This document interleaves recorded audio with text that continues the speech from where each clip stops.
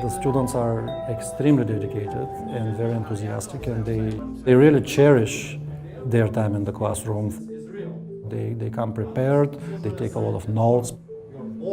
People come having underlined the text. It's like very conscientious students. The school-to-prison pipeline refers to a troubling trend where students, particularly those from marginalized communities, are often pushed out of schools and end up in the criminal justice system. But to understand its present-day significance, I think that it's important to first understand its historical roots.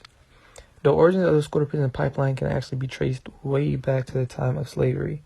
Enslaved individuals were systematically denied education, which perpetuated their subjugation and enslavement and limited their chances of progress.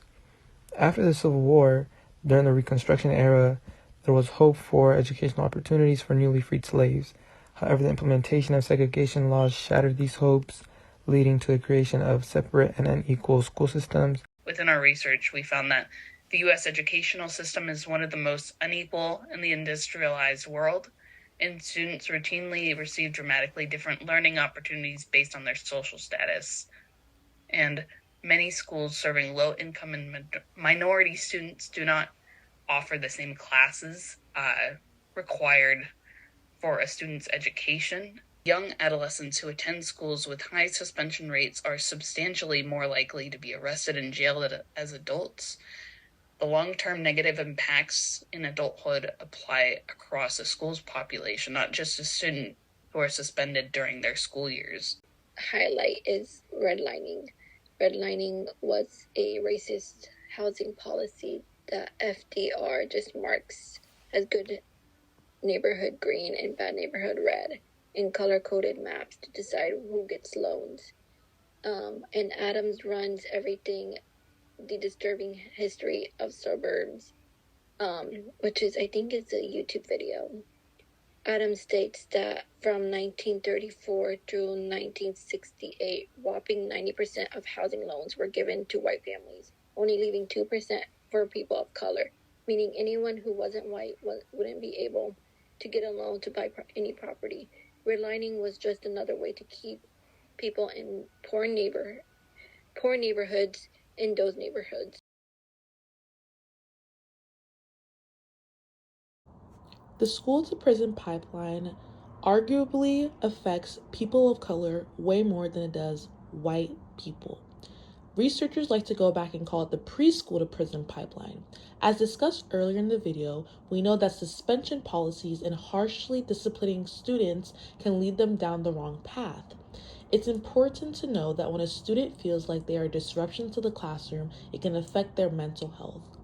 When students are constantly punished for their behavior, they are more likely to get arrested for minor offenses in the future.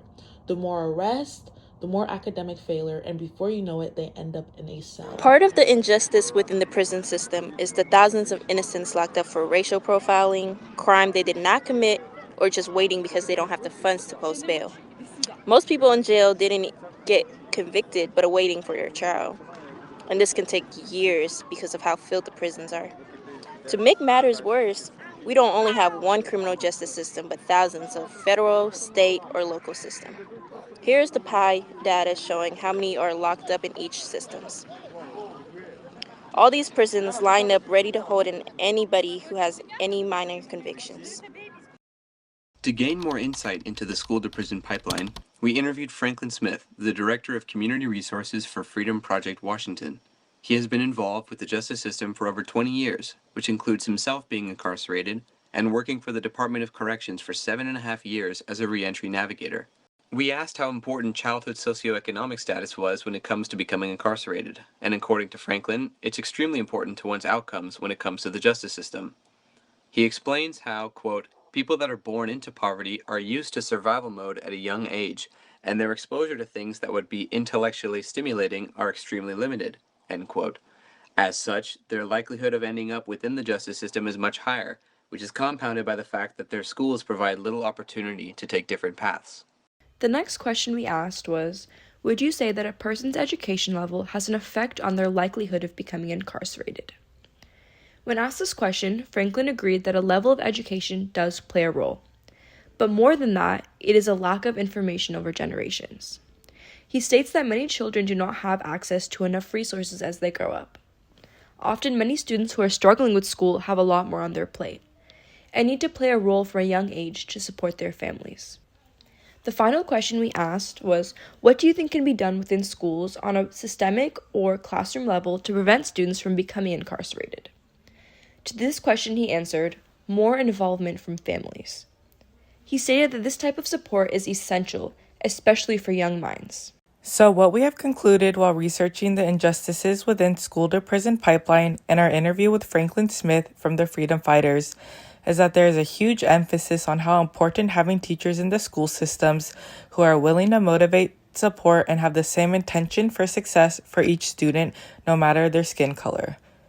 Receiving resources, support, motivation, and encouragement from a teacher can do a lot of greatness within a student's mindset and self-confidence to see their worth in pursuing education. The oppressive power structures in these jails and prisons, having such an overwhelming and high number of people and students of color incarcerated. There is a light to academic settings when using the power and accessibilities through the information that is around us to take aim for action to prevent this.